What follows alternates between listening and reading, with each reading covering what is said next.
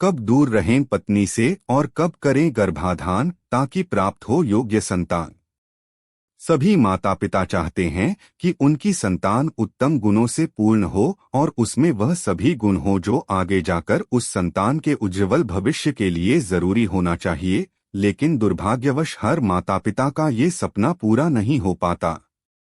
गरुड़ पुराण में उत्तम संतान की प्राप्ति के लिए भगवान विष्णु ने बहुत सी गोपनीय बातें बताई हैं।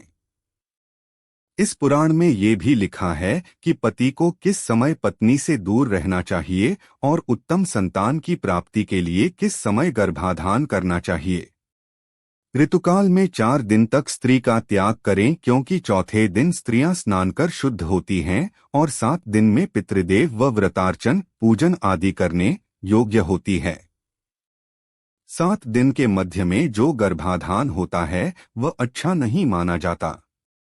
गरुड़ पुराण के अनुसार 8 रात के बाद पत्नी मिलन से उत्तम संतान की प्राप्ति होती है।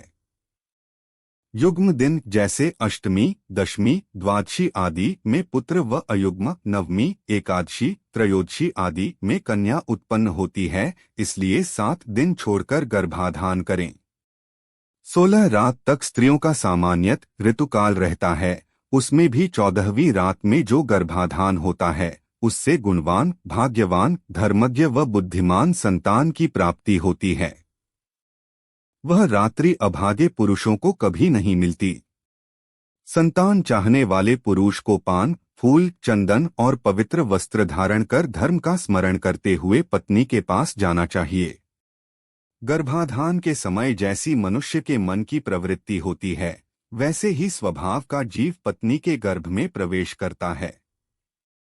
गरुड़ पुराण के अनुसार क्या सोचता है शिशु गर्भ में। गरुड़ पुराण में गर्भ में शिशु की स्थापना से लेकर उसके बाहर आने तक वो क्या क्या करता है, क्या क्या सोचता है, इसके बारे में भी विस्तार पूर्वक बता रखा है, जो इस प्रकार है।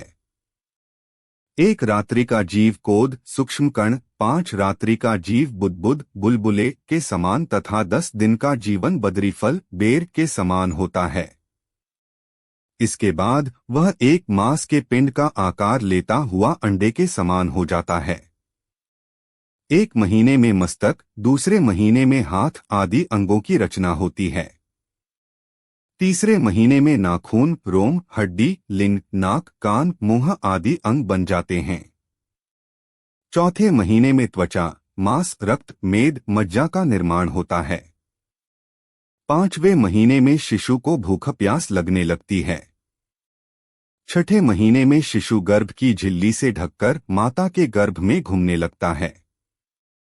माता द्वारा खाए गए अन्न आदि से बढ़ता हुआ वह शिशु विष्ठा, मूत्र आदि का स्थान तथा जहां अनेक जीवों की उत्पत्ति होती है, ऐसे स्थान पर सोता है। वहां कृमि जीव के काटने से उसके सभी अंग कष्ट पाते हैं।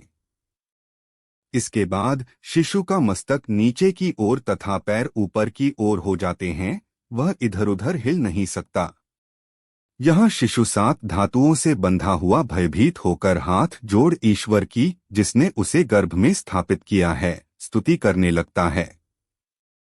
7वें महीने में उसे ज्ञान प्राप्ति होती है और वह सोचता है, मैं इस गर्भ से बाहर जाऊंगा तो ईश्वर को भूल जाऊंगा। ऐसा सोचकर वह दुखी होता है और इधर उधर घूमने लगता है।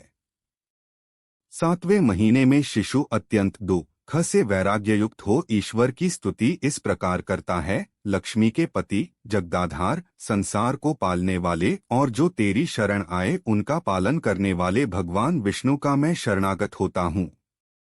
गर्भस्थ शिशु भगवान विष्णु का स्मरण करता हुआ सोचता है कि हे भगवान, तुम्हारी माया से मैं मोहित देहादि में और यह मेरे ऐसा अभिमान कर जन्म मरण को प्राप्त होता हूँ।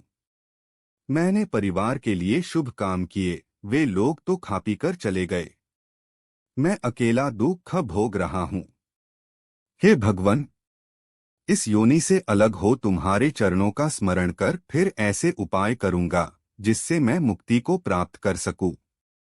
फिर गर्भस्थ शिशु सोचता है, मैं इस गर्भ से अलग होने की इच्छा करता हूँ, हे भगवान, मुझे कब बाहर निकालोगे। सभी पर दया करने वाले ईश्वर ने मुझे ये ज्ञान दिया है, उस ईश्वर की मैं शरण में जाता हूँ, इसलिए मेरा पुनः जन्म मरण होना उचित नहीं है। गरुड़ पुराण के अनुसार फिर माता के गर्भ में पल रहा शिशु भगवान से कहता है कि मैं इस गर्भ से अलग होने की इच्छा नहीं करता, क्योंकि बाहर जाने से पाप कर्म करने पड़ते हैं जिससे नरकादि प्राप्त होते हैं। इस कारण बड़े दुख से व्याप्त हूँ, फिर भी दुख रहित हो आपके चरण का आश्रय लेकर मैं आत्मा का संसार से उद्धार करूंगा। इस प्रकार गर्भ में बुद्धि विचार कर शिशु 10 महीने तक स्तुति करता हुआ नीचे मुख से प्रसूति के समय वायु से तत्काल बाहर निकलता है। प्रसूति की हवा से उसी समय शिशु श्वास लेने लगता है तथा अब उसे किसी बात का ज्ञान भी नहीं रहता। गर्भ से अलग होकर वह ज्ञान रहित हो जाता है, इसी कारण जन्म के समय वह रोता है। गरुड़ पुराण के अनुसार जिस प्रकार बुद्धि गर्भ में, रोग आदि में, श्मशान में, पुराण आदि सुनने में रहती है, वैसी बुद्धि सदा रहे तब इस संसार के बंधन से कौन ही छूट सकता। जिस समय शिशु कर्म योग द्वारा गर्भ से बाहर आता है, उस समय भगवान विष्णु की माया से वह मोहित हो जाता है।